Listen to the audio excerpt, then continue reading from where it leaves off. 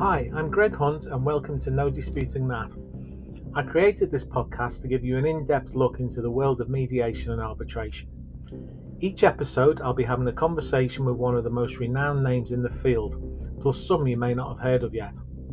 We'll cover a wide range of topics from ADR to other areas of the law and life in general.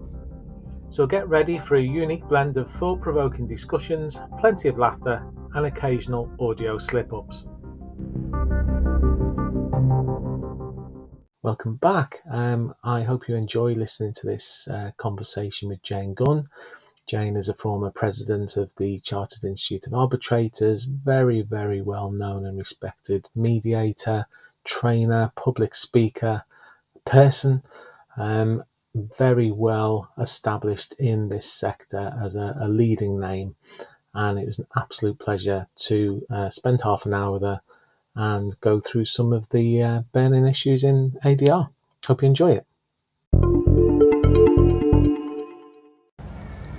So today, for this episode, I am with an old friend in a very unusual place to record a podcast, I'd say. Maybe the first people to do it here. We're actually at the Hyde Park bandstand, of all places, and I'm with no one other than Jane Gunn. Hi, Jane. Hi, Greg. Great to see you again. I know. Jane and I have an interesting habit of meeting in interesting places. I don't know if you remember the first time. I don't know if it was the first time we met. In Italy. Or certainly one of the first times we met. Did. And I've always forgotten exactly where it was, which lake it was.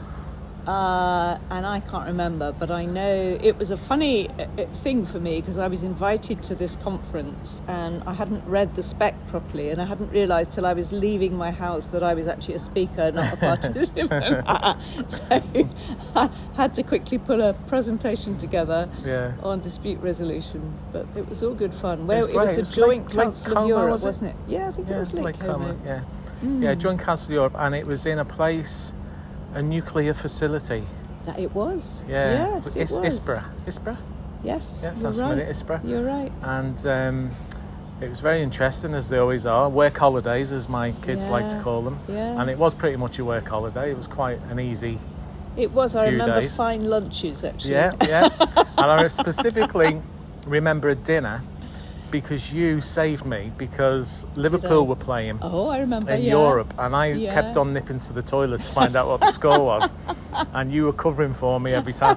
But what I think neither of us, you were more experienced than me at the time, and as obviously still are, but I think neither of us realised that this meal was going to be 7 courses. Yes, it was. And would take about 7 hours. Yes, yeah. There was a lot of score catching up to be done. There was. Yeah, God. So it was a long time ago. I think it was probably pre-kids for me. So it's 20-something years ago, 20-something years, yeah. Great. And obviously a lot's happened since then.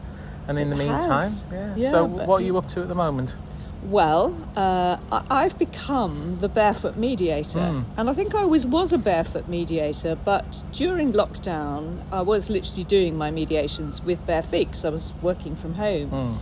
And so I was joking to my clients, I'm the barefoot mediator. And it seemed to stick. But for me, Greg, it's what I've always done, which is focus on what's the essence of mediation. What is it that we're really doing? And how far can we spread that message to other people? How far can everybody use or embrace the essence of mediation in their everyday life? And I think that's what I think is interesting. You know, I've always thought there's, although we as mediators are helping people at a point of final dispute, if you like, there's a window of opportunity during which they could use some of the principles that we use. They could maybe use our help earlier. And how do we alert them, make them aware of that opportunity? Yeah, I suppose that's a bit of a golden opportunity to work that into people's schedules, isn't it? Because I mean, I certainly, apart from a couple of occasions where it's been a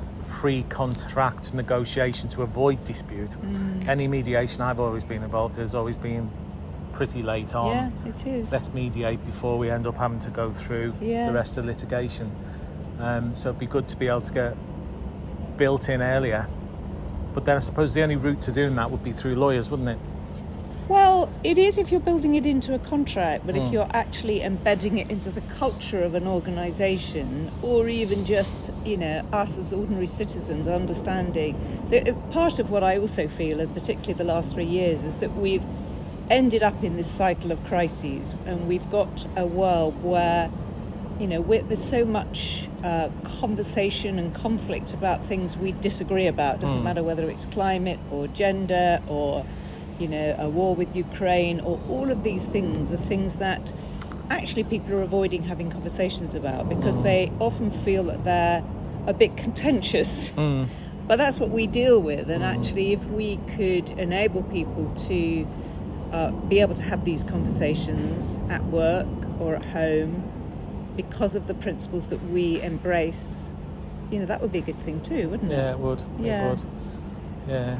And do you think that's something that could come with more education about mediation, even at school level? I do. Yeah, I do. And now we've just been talking about, I've got grandchildren now, little grandchildren about to start school, and so I think this idea of, where could they start? When could they start learning these principles? And can we actually help kids who've got to come into this very contentious world and all of this sort of, we talk about, the sort of what people do in the playground, if you like, beat each other up or whatever, but also there is this opportunity for children and all of us to learn how do we respect each other despite our differences. I think that's where, and I see that in my grandchildren, sibling rivalry.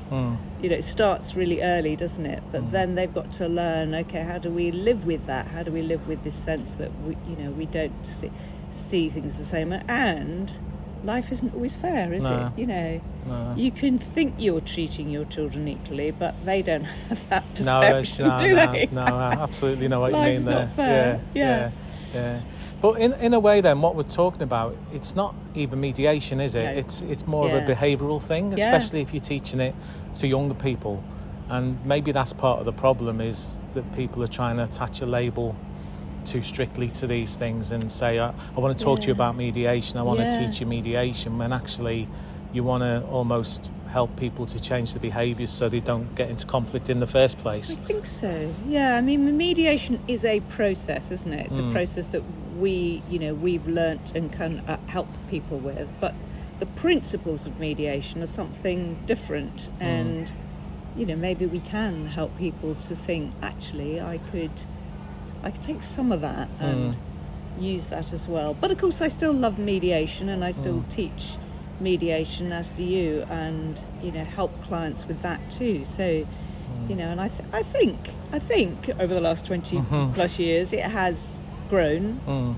It has become more accepted and more mainstream, and definitely within the legal community, but the business community, I think, at last have understood that mediation is something they can use in the workplace, or in the boardroom or whatever. Yeah, and that's the big one, isn't it? I mean, certainly, I do a lot of teaching now at universities and students, but also a few weeks ago I did actually a course for 9 lecturers as well, law lecturers, for them to get a better understanding about it all, and then for them to be able to pass it on to the students.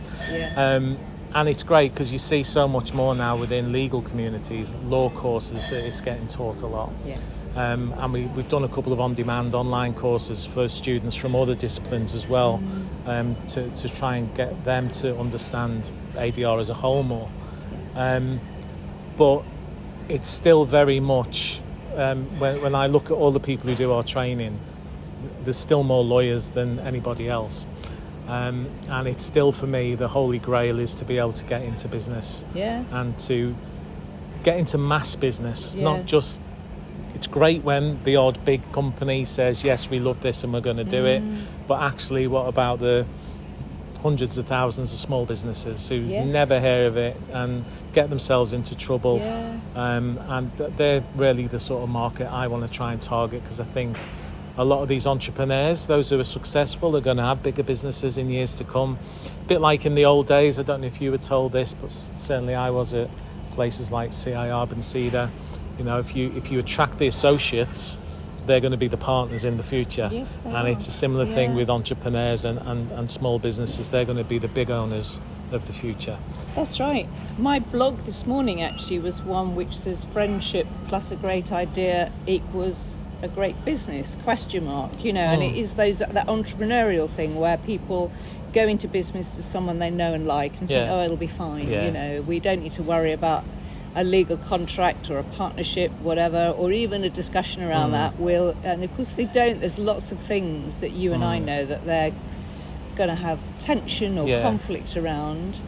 Could be their intellectual property, or what size do we grow the business to, or issues with staff, or all sorts of things. But essentially, most people that go into partnership, even a small entrepreneurial partnership, are going to have some areas of conflict, and sometimes the whole business implodes because of it. And the other side of that as well, which I've noticed in sort of 7 years that I've been on my own, is that I worked out it was over 70%, under 80% of all the business I do is with people I've worked with for the previous 20 years. Yes. A lot of them would come into the friend category. Yes. And what happens if you fall out with them? Absolutely. So it's not even the same business. It's actually you're in a friendship or a long-standing relationship as a good colleague with someone who you've worked with in different hats over many years. And what happens if that relationship goes sour? Well, you will remember, Greg, that David Richbell and I were in a partnership, and we ran a training business together called Matter. And we agreed right from the beginning that our friendship was more important than the business, so that if we had to choose between them, we'd say, forget the business, we'll retain our friendship. But we also had a very simple document with sort of 5 key areas in it where we discussed, or we agreed some principles about how our relationship would work. And one of them was, what did we even at the beginning think we might disagree about? And then, even as mediators, we agreed that we would call a mediator colleague in to help us, or someone else if we didn't agree. We never got to that stage, of course, but we had that there as a backstop. And that's what it should be. It should be like we've got the confidence of this kind of agreement that we will have a dialogue, and that somebody might need to help us if we genuinely don't agree about something. Of course, that's a very grown-up mediator way of doing business, isn't it? It is, but if we can't model it, who else can? So if I don't want to sort of anyone listening to this to sort of pigeonhole you, but do you have a preference over training or mediating, or do you love them both the same? Or I do love them both the same, and in fact, I'm now sort of known as a speaker, so I get marketed as a keynote speaker as well, and I really like all of those things because each of them feed off each other. And so without the mediations, you don't have the real life stories, if you like. You don't and you don't get to apply it in practice. But I really like to go and teach. And and that's how I learn. Actually, I learn by teaching. It's not that I know more than others. It's just that in trying to put stuff together into a book or a course or a keynote, you think, it's like, which bits are important? How do I convey that message to people in a way they understand? So that's the bit I love about teaching. I think one of the things I love about teaching is this whole learning from each other, because even though sometimes it might be younger people who've not got a lot of experience, other times it might be people who've been working for years and they're just moving into mediation, but you can always learn something off everybody. Absolutely. And I say to people on the course, when you're listening to each other in the role of mediator or party, if you like the sound of something, steal it and use it yourself. And I say, I will be. And quite often towards the end of the course, I'll say to people, remember when I said that, I'm now going to use what you said in that opening, the way you described confidentiality was miles better than I do, so I'm going to use that in future, or whatever it might be. And constantly learning and trying to get better and better all the time. But then it's a job, I think, as a mediator where you really can't rest on your laurels or reputation as well. Not at all. You do. And you and I have just talked about that. Here we are talking 20-something years down the track, but mediators don't retire, do they? No. They sort of carry on, Yeah. carry on till they drop. Yeah. But because we keep learning, and because that wisdom and experience is the thing that that we can keep on contributing to, and giving of ourselves to others. Yeah. So what do you see as a sort of really important issue in the industry today? Well, the big issue at the moment that's being discussed is mandatory mediation. It always has been, hasn't it? Yeah. Should that be mandated by the courts? Should they sort of order people to mediation? I've never really felt that was necessary. If we did the job of explaining what mediation was and the benefits of it, I understand why it's attractive to do that, but I do still feel that people come probably to mediation with a different mindset if they've been told to come. We'll see where that goes. I suspect it will be mandated in a way, and there are issues around that, around the quality of the mediators, and lots of issues around that whole process.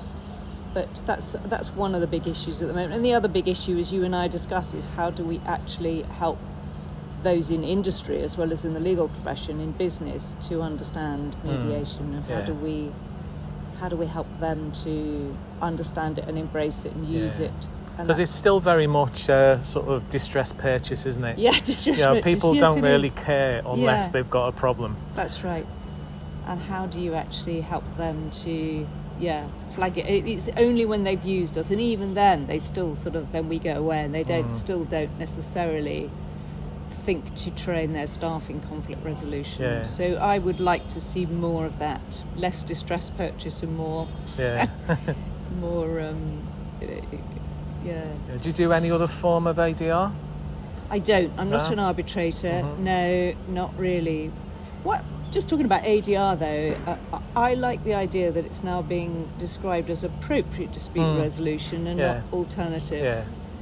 It's a bit like, I've always likened it to the medical field, where we've sort of seen an alternative medicine, but actually why can't the two exist alongside each other, and why can't we just say what's appropriate for this particular client in this particular situation? So that's a term that is, that's quite current, that people are using, and I quite like that. I thought there's a number of people who drop ADR, we shouldn't call it ADR anymore, and I'm thinking, well, don't drop it completely because it's in my business name. Just come up with a different meaning for it. I'll have to change the name of the business. I know. But I think you're right. I mean, there's I've heard loads of different things that the A can be, and I like appropriate. What was the other one? It's escaped me now. I'll remember it later. There was a great A I heard a few weeks ago, and I thought, I wonder if anyone's using that. It sounds really good. But when you're battling to get a lot of people to even understand what it is anyway, making a big thing about changing the name probably wouldn't help. No. It needs to be just sort of done subtly over time, probably. And do you think, Greg, this focus on dispute resolution, I mean, is that holding us back in what we're trying to actually do? Yeah, because remember how the conversation started about getting to people to change behaviours so they don't get in dispute in the first place, and looking at, you could argue, and people have argued this with me, that mediation, is it dispute resolution? Because it doesn't always settle, so you've not always got a resolution to the dispute. So, it's maybe not actually dispute resolution. And if someone can come up, and I've tried over the years to come up with a different sort of phrase, then great. But I think, it's all. Some people say arbitration isn't ADR. Well, I would tend to agree with that in a way, in that it's very much more, what do you call it? It is more judicial, isn't it, really? Determinative. It's making a determination, and at its purest. One of the courses I did as a post-mediation, advanced mediation, is transformative mediation. And people think that's all about psychology, but it's not. It's about looking at what are we really trying to transform in a mediation? We're really trying to transform the relationship or the interaction between the two parties, which has broken down, and it's broken down to the extent that they can't solve their own problem. So if you were to be able to shift them back to a more positive interaction, then they'd be able to reach their own resolution. And so the principle of transformative mediation is self-determination. And so self-determination means that you say to the parties, you decide, I'll help you get to that place where you can do that. Yeah. And that to me is the essence of mediation. Yeah. There's a key there, I think, in that definition as well, which I think we need to, the royal we, need to offer the market what they want. And by saying, well, this is mediation and this is what you need, it turns people off. Yes. It's about what they need, and we might not get to the bottom of what we need until we've started. Yes. And it might be that actually this mechanism we're using now, this mediation, the way it's set up, isn't what you need. Yeah. You actually need this, or this. Yes. So let's see how we move either with us still involved into this position, or we have to say, okay, we end this now and we're going to move into a different process completely with a different arbitrator or whatever it might be making the decision. And from that, even within mediation, so parties agree, we want mediation.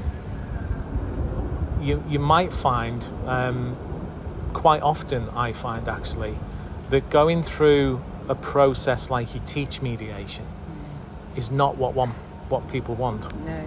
And it might be, that when you teach mediation, it's like learning to drive. You have to pass your driving test in a particular way and do certain manoeuvres and check your mirrors and indicate to show you've got the skills. But actually, you don't really drive like that. And it's the same in mediation. We have to go through the process of teaching people to CMC standards about how they should mediate and what the different steps and stages are. Yeah. But actually, in the real world, I could, 70% of the time, if I was to go through a deep process of building relationships and getting information out of people and all the rest of it, they're not interested, because they're two business people who just want to cut to a deal. Yeah. And you can try and explain why it's better to take it to that, but if they're there and they're under time pressures and they want to get on with it, and they actually want you to help them to get there, it's still mediation, but it's not how we teach it. Yeah, I agree. Yeah. And I also find that my teaching and my mediation merge in that sometimes I'm saying, well, let me explain to you why conflict escalates, for example. Let me explain that to you, or let me explain the process to you, what we're actually going to do. So there's some of the theory is useful to share in a mediation as well, but the understanding of what's gone wrong and how can we avoid it can be really helpful too. What do you do? I think one of the ways that I can certainly improve is pre-mediation. Do you have lengthy conversations? Do you meet the parties before? I like to, yes, I like to. I do like to have long conversations, particularly if it's something like a workplace or two business individuals, to really meet them separately first and get to know them, because a lot of mediation is about trust. And our relationship with the parties. Do they feel they trust us and they like us? And if we can build that trust first, that's the most important thing. So it is. Yeah, no, it's really important. And again, peppered with examples of times where people have not told me information until 4 or 5 hours in, and it's because they've not trusted me until that point to give me that information. Quite often personal information, which really has been the crux of it, because as we both know, a business dispute isn't all about a business contract. It's quite often behind the individuals who are sitting behind it. You've got to get them to be able to trust you to move that on. Absolutely, Greg, and there can be quite personal issues which might be nothing to do with the business, or they might be a side issue for the business, but sometimes they've never told anybody, and if there are lawyers involved, they've maybe never told their lawyers that part of the story, and we're the first to hear it. Yeah, definitely. And sometimes actually not only are we the first to hear it, but also you can see the light go on in their head as they're saying it. It's the first time they've said it in a particular way and thought, oh, actually, maybe I'm not right. You know, maybe I didn't realise the other party's argument as well, or I assumed that someone had done this within the business and it's not been done, and now I realise why there's this big gap between us. So that's always interesting. Obviously another hot topic at the moment is the Merthyr Tydfil case. Are you following that? This is the one about more about making mediation mandatory, isn't it, really? Yes. I have been following that and understanding that some people are, that people are wanting to take sides on that in particular as well. Oh, we've got an audience. I knew if we were here long enough, we'd get an audience. Very good. Now, I think obviously it'll be an important judgment when it's done, and I see that CEDA, CIARB and CMC have joined together to put over our views on that. Which is good. There have been discussions and about whether that should happen. In fact, whether the professional bodies should take a view on it or not, and they have decided to. It will be an important case for sure, I think, as far as the courts are concerned, as to whether people feel more motivated to take mediation seriously at an earlier stage, I suppose. And far-reaching into ADR as well. It's not just about mediation. No, it's not. And one of the things that's close to my heart, and I would have been doing it when we first met, was the arbitration side. Not as an arbitrator, I've still not taken the plunge. Still don't think it's for me. Maybe in another 15 years or so, I don't know. I still don't think I'm the right personality for an arbitrator. No, but anyway, I administer arbitrations and the business runs arbitrations, and I think it'd be interesting in this case as well to see if there's any effect, not just on mediation, but on if there's an arbitration agreement in place, and how that can be handled going forward as well. So it could be quite an important judgment. Do you know when that's due, that judgment? I'm not exactly, but I know it's reasonably soon. Reasonably soon, so it could be something you're commentating on soon. Hopefully. Is there anything else you wanted to cover? I don't think so, Greg. I mean, I think my passion for mediation has not diminished. I think that's all I would say. I still think it's one of the most important tools, and probably more so than ever, I think it is the tool of the 21st century because of the times we live in. I keep describing the times we live in as a cycle of crises, and if we don't have the skills and tools, but more importantly the mindset to manage those interactions between us in business in particular, but in politics as well. I think mediation, all these skills might have a role in politics. Yeah, definitely. Politics is also in crises, and if we can't resolve problems at a political level, at a corporate level, then we the individual citizens are looking to politicians and corporations to role model the principles of good citizenry. That's what we're looking for. To be it's about civilization, isn't it, really? Are we civilized? Are we a politics is a breakdown of civilization, isn't it? Seems to be at some level. And we've got here in the UK and in the US big elections next year, critical elections, presidential and elections here, and I think we are all watching that process and watching our politicians to see how that plays out. And what I would like people to feel is that, with this principle of self-determination, it is up to each of us as individuals. We can easily abandon and say, well, we've got no agency, we don't have a role in these big issues of the day. But I disagree. I think if we understand how we could have conversations about some of these challenging issues, we could all be having those conversations, even if it's with our kids around the dinner table or with our colleagues, but having the conversations rather than not having them is the way that we transform society. Even if we're doing it at that small level, it's like a ripple in the pond. And because we have adopted and adapted to our conversations, we can I believe we can transform society. Yeah. I see that every day when the five of us are having dinner or something, because obviously now I'm from a different generation to the children. That's right. And, they're not children, they're adults. Still call them the kids. And just on language and what you can say and what you can't say, and why you shouldn't say things anymore, which is important, is knowing the context of why certain things you used to say aren't allowed to be said anymore. And the whole sort of issue, having a daughter who's 19, who's doing politics must be fascinating. And history is fascinating, and learning about everything. As a man, that there's been a movement for years for women to get equal rights and better sort of conditions and so on. But when you've got, in my experience, when you've actually got a daughter who's going through all that and then can explain it all, it makes it so much more real life. Yes. It's really important, and the people need to have those sort of conversations, I think. I was explaining to my granddaughter Emmy, who's going to be 5 in September, why it's important to explain your because.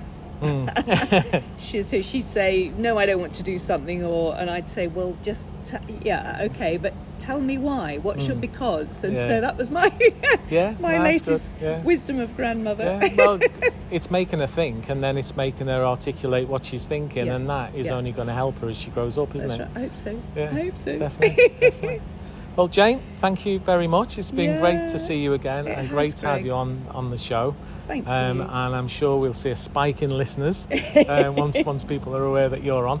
One very last thing. Yes. How do people contact you if they want to get in touch? Oh, thank you very much. Yes, so my website is janegunn.co.uk, and I do have a regular newsletter which you can sign up for there.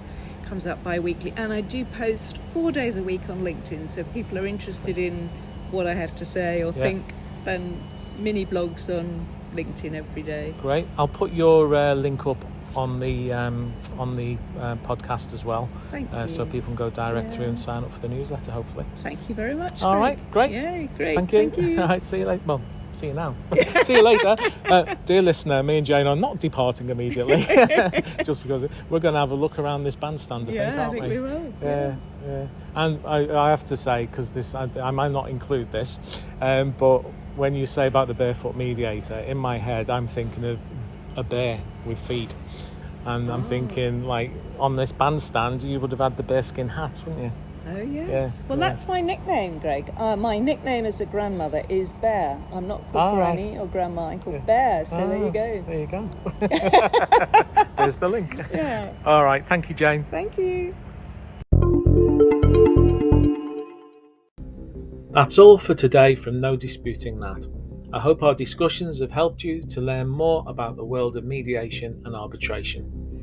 As we come to a close, I want to thank you for listening in, and thank my special guests for their insightful advice and ideas. If you have any questions or feedback, please feel free to leave me a voice message, and you might even be featured on a future episode. Until next time, this is me, Gregory Hunt, signing off. Thank you so much for joining me, and have a wonderful day.